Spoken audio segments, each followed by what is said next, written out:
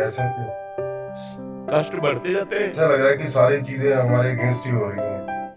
नहीं, ऐसा तो नहीं है, पर ये जरूर है कि प्रारब्ध इस समय बुरा आ चुका है। जैसे इस समय हमने नई खेती बोई गन्ना और पीछे बोया है बमूल, तो अब गन्ना तो अब नया उगेगा, बमूल तो अभी पहले से है। तो ये पूर्व का प्रारब्ध आ गया और अभी भजन शुरू किया, अब आपको निगेटिव दिखाई देने लगा। और अगर पूर्व का प्रारब्ध सही है तो आप घोर पाप अभी करो तो आपको कोई कष्ट नहीं होगा, क्योंकि वो पुण्य जो है ना वो आपको बचाएगा, वो आपको फलीभूत करेगा। लेकिन जिस दिन वो नष्ट हो जाएगा और ये नई खेती पाप की और पुराना पाप, तो बम ब्लास्ट ऐसा होगा कि न इस लोक के रह जाओगे ना परलोक के रह जाओगे। तो सत्य मार्ग में चल रहे हो, कष्ट आ रहे हैं, ये पूर्व का हमारा किया हुआ कर्म है, इसको चुपचाप सह लो। अभी जो नई फसल बो रहे हो, ये जब आएगी तो आनंद में डूब जाओगे।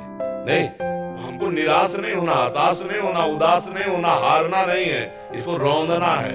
प्रारब्ध को रौंद करके भगवत प्राप्ति करनी है। अगर हम हार गए तो हमारा जन्म चला जाएगा। अच्छा, निगेटिव क्या होगा आप देखो, कोई संपत्ति, कोई व्यापार, कोई व्यक्ति, कोई वस्तु, ये निगेटिव होंगे।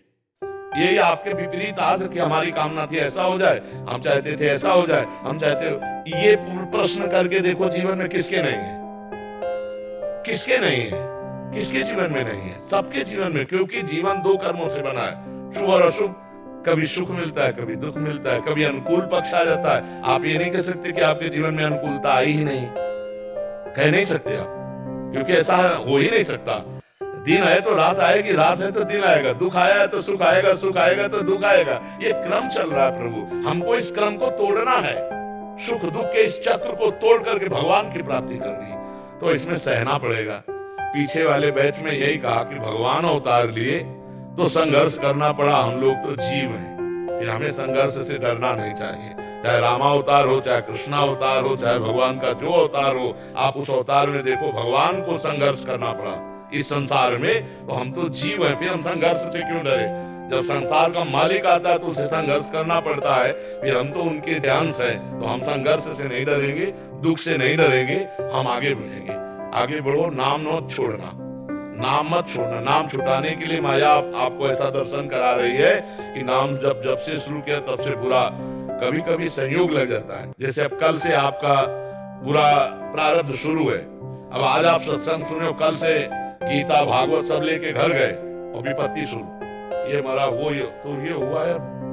जब से भागवत आई है घर में, जब से गीता, जब से सत्संग सुना है, चैन खो गया, गंगा जी में पधरायो।